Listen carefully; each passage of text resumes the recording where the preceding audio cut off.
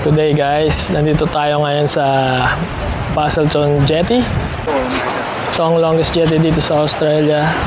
So ayan, ito yung beach side. Sobrang linis ng tubig guys. Ayan, makikita nyo, sobrang linis. Wala nga dumi-dumi. Ayan, lalakarin natin yung tulay mamaya. So ayan, marami nagsiswimming dyan guys. So tara, lakad-lakad tayo dito.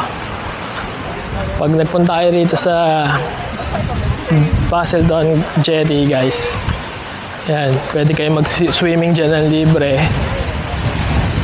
Tapos ayan, may park din dyan, pwede kayong tumambay. May mga restaurant, ayan guys. Tapos may mga hotel din dyan.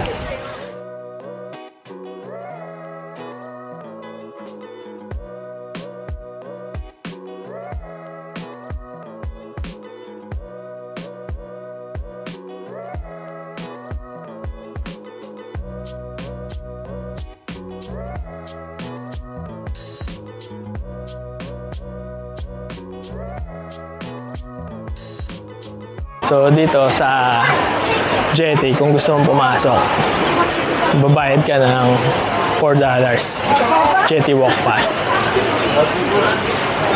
for the adults. Tapos kung gusto mong mag-ride ng train, 45 minutes, may extrang bayad dyan. So ayan sa loob, dito ka papasok. Ang ganda ng tubig dito guys, sobrang linaw. So, dito tayo guys. Pila tayo. Bibili tayo ng ticket.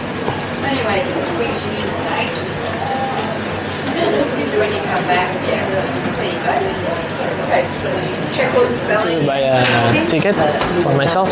Yeah, what were you wanting ticket for? Just a walk pass. Just walking? Yeah, and that one as well. $11.95, thank you.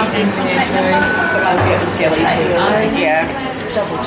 Thank you very much. Thanks so much. Have a nice day. Walking. Yep. Let's straight down. Thank you. So ayan guys, papasok na tayo dito. Magkano to? 17 nata pag train. You have to wait now. Oh yeah, no problem. So guys, yung jetty. So kung ayaw mo maglakad, meron ditong train. Pwede ka sumakay.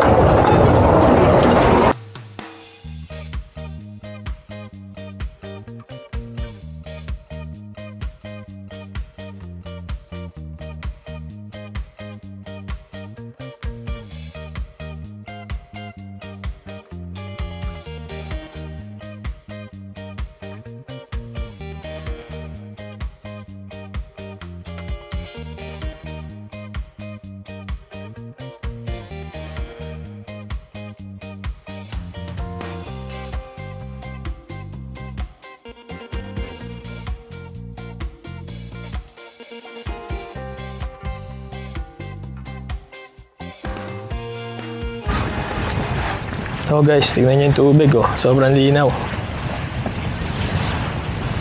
Ay, makikita nyo rito. $4 lang ang entrance. Ito nga pala yung kasama ko. Jeremiah. Pare ko na to. Taga Sydney to.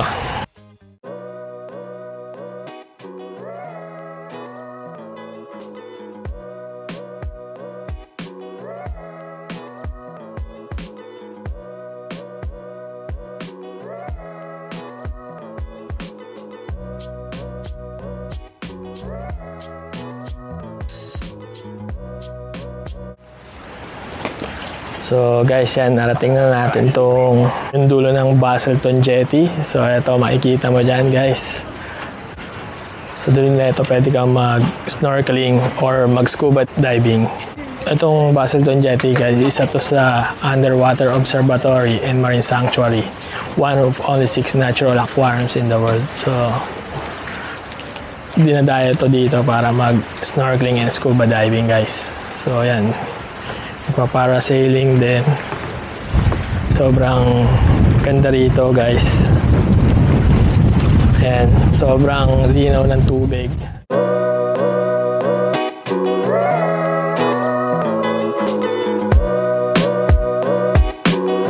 So guys, kung ayaw nyo maglakad, ayan, pwede kayong sumakay ng train. Ayan yung train, guys.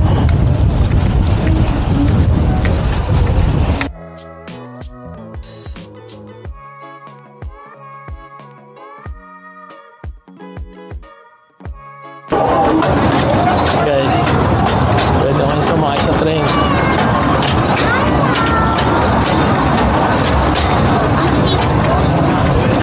Pero tayo, naglakad lang tayo kasi gusto nating humintuhin to para magpicture. Ayan guys, sobrang ganda ng beach.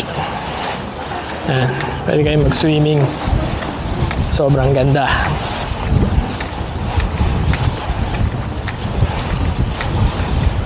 Marami rin nagpipicture dito, family or mga oldies, mga masyal.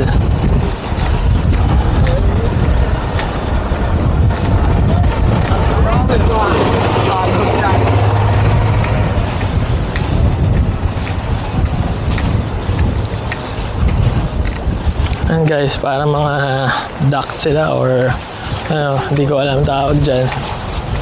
Andyan lang sila guys. Tumatambay sila dyan. Doon nag-aabang sila ng mga isda.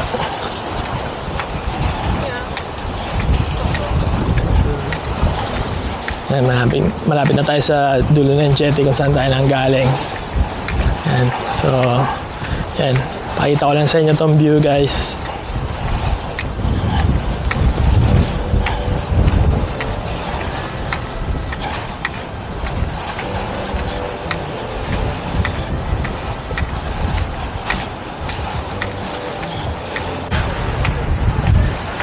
So tayo guys, nandito na tayo sa dulo ng jetty. Balik na tayo sa Pampang ng beach. Ayan, dyan pwede ka mag-swimming guys, may harang. Siguro ayan yung hindi masyadong malalim.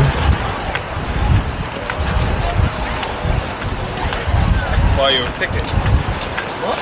Have to buy your ticket. Ayan guys, sa beach.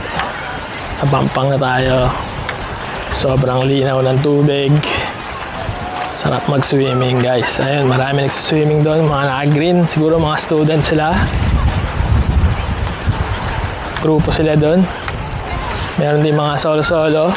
So, especially kung may family kayo dito sa Perth, dito kayo nakatira sa Western Australia, yan, ma-enjoy nyo yung beach. Yan, libre lang yan. Walang bayad. Sa mag-drive lang kayo rito, pwede na kayo mag-swimming dyan. So, work-life balance, enjoy nyo yung buhay nyo rito. Work kayo 5 days, tas 2 days mamasyal kayo, ikot-ikot kayo, yan. Ayan guys, sobrang linaw ng tubig, crystal clear, sobrang ganda. Kahit yung mga ibon, nandyan lang yan, walang muhuli sa ibon. Ayan guys, balik na tayo rito. Ayan guys, exit na tayo. Thank you. Have a good day. Yeah. Ayan guys, hindi na tayo ulit.